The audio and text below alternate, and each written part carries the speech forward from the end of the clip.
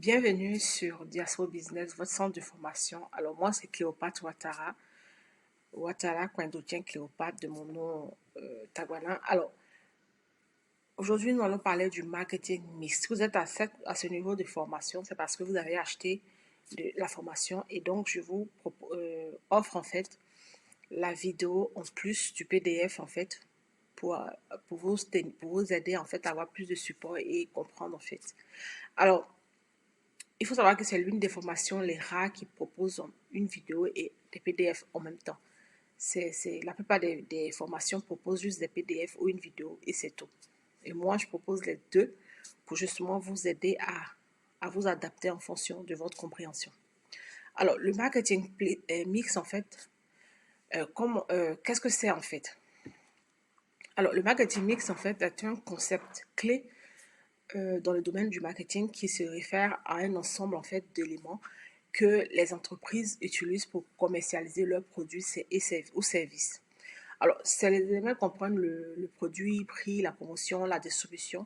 L'objectif en fait ici, euh, c'est vraiment en fait de répondre à un besoin de votre clientèle en fait et ainsi maximiser en fait la possibilité pour que l'entreprise de gagner de l'argent. Donc, en fait, le premier produit, le premier élément, en fait, c'est le produit. Alors, le produit désigne, en fait, l'offre proposée par l'entreprise à ses clients, qu'il s'agisse, en fait, d'un bien ou d'un service. Alors, l'objectif ici, c'est de créer une offre répondant aux besoins du consommateur. Donc, vous allez proposer quelque chose qui répond à un besoin. Donc, forcément, vous avez une clientèle cible. Je vous invite à payer le business plan, la formation sur le business plan qui détaille tout en fait, ou la formation sur le modèle Canva en fait qui détaille tout. Mais vous allez pouvoir en fait cibler en fait un public et puis répondre à un besoin bien précis. On prend le cas de Nike en fait qui propose une large gamme de produits de sport tels que chaussures, vêtements, équipements, voilà. Et nous avons aussi Apple qui propose des produits high-tech innovants tels que iPhone, iPad, MacBook. Vous allez voir qu'ils répondent, par exemple, moi, j'ai une tablette, j'ai un iPhone, j'ai une tablette, ouais, j'ai un Mac, j'ai iPad, j'ai un MacBook. En fait, je ne peux pas me passer de ça. Donc, je suis l'un des cibles, en fait, de MacBook parce qu'à chaque fois qu'ils sortent un produit, j'ai envie, en fait, j'ai l'envie. Parce que parfois, peut-être que je ne paye pas parce que mes revenus ne sont pas assez. Je le dis comme ça, hein, je prends l'exemple de mon cas, mais ça parle d'autres personnes. Je peux dire que non, je ne vais pas mettre 1500 € dedans. Mais c'est ce qui va me retenir. Mais il y a des gens, par exemple, qui aiment Apple comme moi et qui s'en fichent, je mets assez d'argent pour payer alors que moi, c'est calculé en fait. Donc, je suis la cible d'Apple. Donc, Apple sait que je suis un client potentiel et que dans le temps, je vais m'acheter un téléphone. Aujourd'hui, j'ai un iPhone 12, un iPhone 13 bientôt. Vous voyez que même si je ne suis pas le rythme de iPhone, à un moment donné où je serai dans ce cadre-là où j'aurai un téléphone tout neuf en fait, donc je suis une clientèle cible en fait à ma façon. Donc je suis une clientèle avec tous les trois, l'ordinateur, l'iPad et tout. Je suis un client cible puisque j'achète des écouteurs, des chargeurs, etc. Donc il faut déterminer des gens qui aiment le produit Apple, qui aiment, parce qu'il y a des gens qui n'aiment pas Apple du tout. Et quand une personne aime Apple, il est surpris en fait de voir qu'il y a des personnes qui n'aiment pas Apple. C'est parce que cette personne n'est pas dans le cible de Apple. Donc on peut pas, on peut pas cibler tout le monde en fait. C'est ce que j'essaie de vous expliquer, que il faut avoir un public cible et puis vous tenir en fait. Vous ne pouvez pas plaire à tout le monde en fait. Donc, le deuxième, c'est le prix. Alors, le prix ici, le prix est le montant que le client doit payer en fait pour acheter le produit. Et donc, le client doit être prêt à acheter ce produit-là. Est-ce que votre clientèle cible est prête? Ce n'est pas tout de cibler un public, mais c'est aussi de savoir est-ce que le public cible peut acheter le prix qui est adapté en fait, qui va avec... parce que si le prix est trop élevé que votre clientèle cible n'a pas assez de revenus, c'est compliqué. Donc, l'objectif ici, c'est de déterminer le prix qui soit attractif pour le client, tout en générant en fait suffisamment de revenus pour l'entreprise. Donc, l'exemple de McDonald's en fait qui propose des menus à des prix abordables pour attirer de la clientèle plus large Et Louis Vuitton, lui, va se réduire à un 10, 20 personnes dans le monde et ça lui fait déjà son chiffre d'affaires. Donc, il faut adapter. McDonald's, pratiquement à tout le monde. Il y a des gens qui ne mangent pas McDonald's, par exemple, des gens qui sont végétariens, des gens qui ne veulent pas grossir, par exemple, qui ne vont jamais acheter McDonald's ou qui ont dû manger McDonald's une ouf. On peut compter tellement c'est pas le public cible.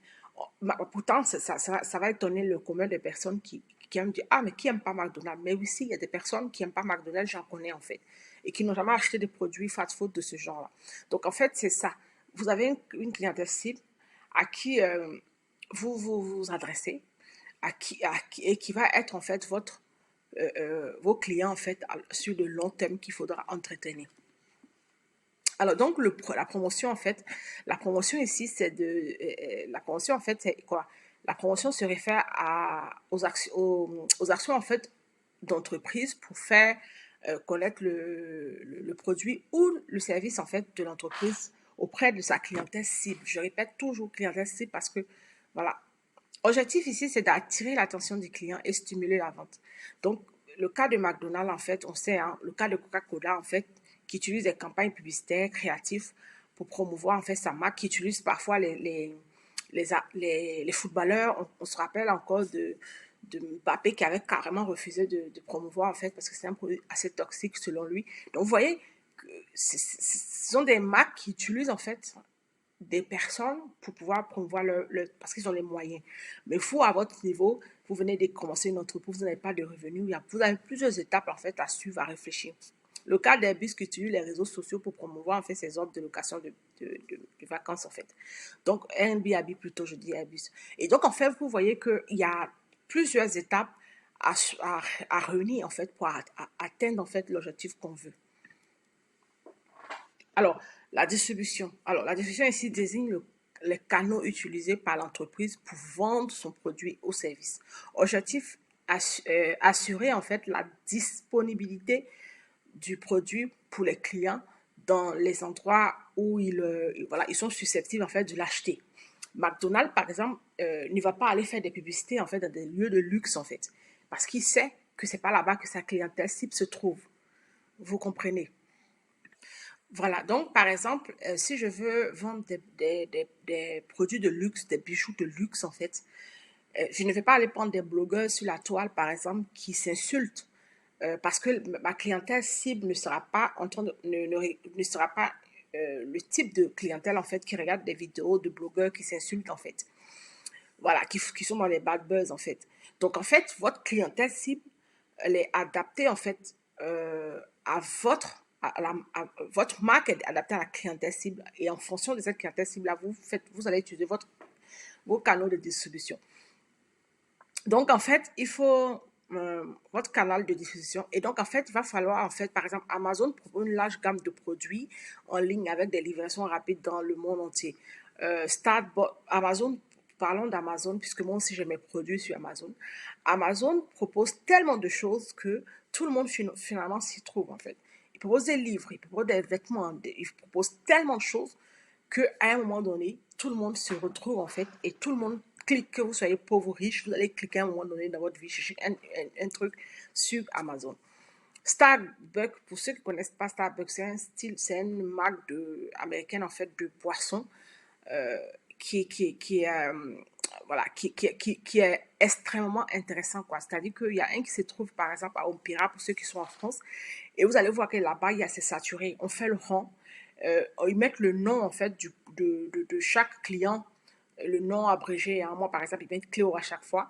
Ils mettent le nom abrégé en fait sur en fait la boisson et en fait ça personnalise ils ont leur couleur qui est vraiment ils sont carrément dans la personnalisation en fait de leurs produits et c'est vraiment unique en fait par rapport aux autres cafés aux autres ils proposent tellement de choses que les gens sont là-bas on peut avoir accès à la wifi on peut s'asseoir et du coup il y a du monde surtout les week-ends et donc c'est vraiment voilà, ils font des diffusions physiques de boissons, d'alimentaire, ils sont vraiment, j'adore là-bas parce que quand je veux travailler, j'aime beaucoup m'asseoir dans le Starbucks et bosser en fait. Donc voilà, une forme en fait de marketing en fait pour eux, pour se faire connaître. Et du coup, ils font des milliers de cafés et de cappuccinos et autres, de petits fours et tout ça. Ils sont excellents dans leur communication. J'adore particulièrement eux, leur communication parce qu'elle est tellement bien faite. Alors, processus. Alors, c'est la procédure en fait, donc c'est le processus décrit la manière dont l'entreprise en fait, voilà, l'entreprise en fait gère ses interactions avec les clients. Alors, depuis la commande jusqu'à la livraison du produit ou service, c'est-à-dire que j'achète un produit sur McDonald's, je vais, dès l'entrée de McDonald's, déjà, il y a des habitudes en fait. Donc, toute personne qui est déjà allée une fois ou deux chez McDonald's sait à peu près comment se passe en fait là-bas. Alors, l'objectif, c'est d'offrir une expérience d'achat agréable, efficace pour les clients et surtout unilatérale. Je n'ai pas mis, mais de façon unique en fait. C'est-à-dire que tu rentres chez McDonald's, tu sais, par exemple, je viens de prendre le cas de Starbucks, tu rentres chez Starbucks, tu sais que tu es chez Starbucks en fait. Donc, en fait, c'est un peu ça. Exemple de Zapo propose un processus de commande en ligne simple, une livraison rapide pour offrir en fait une expérience d'achat agréable. Une offre de Uber offre en fait un processus de commande facile à utiliser pour les clients qui souhaitent conserver, qui pourraient réserver une course rapidement. Euh, on parle d'Uber, on parle des appos, mais on parle aussi de Deliveroo, Just Eat, etc. Mais Uber et Deliveroo restent les meilleurs. Deliveroo, c'est anglais, Uber, c'est américain, ils sont en concurrence. Pour moi, ce sont actuellement les meilleurs sur le marché. Faut pas se mentir. Moi, je vends de la nourriture sur cette plateforme-là et je sais de quoi je parle. Alors, même si même si Uber reste le leader en fait, hein. Alors, 6 personnes. Alors, définition, les personnes désignent en fait les membres en fait du personnel qui interagissent en fait avec les clients. Alors, l'objectif ici, c'est d'offrir un service de qualité aux clients et améliorer une expérience agréable.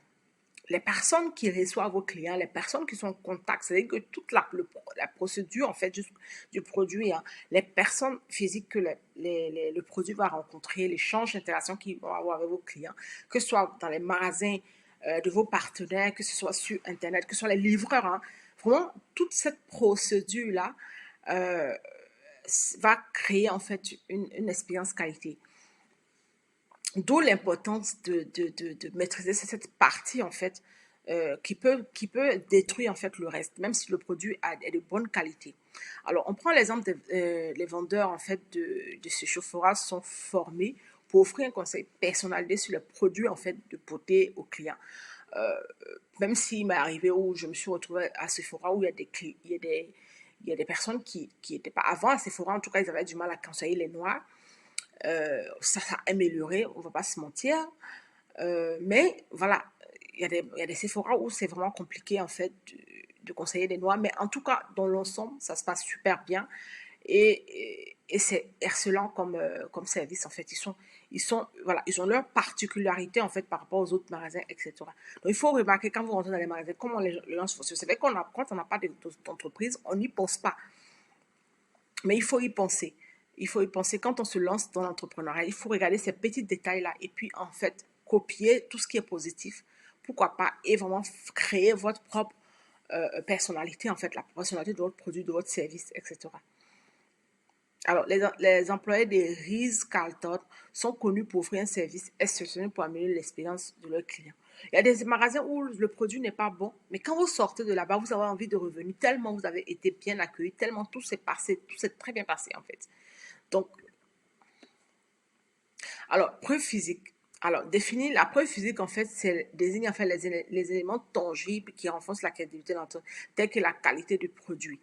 La preuve physique peut être, par exemple, votre espace, votre espace physique, votre lieu où les gens vont pour voir votre service, comme quelqu'un qui a un magasin de vêtements ou quelqu'un qui a un magasin de chaussures ou quelqu'un qui a un magasin de beauté, en fait.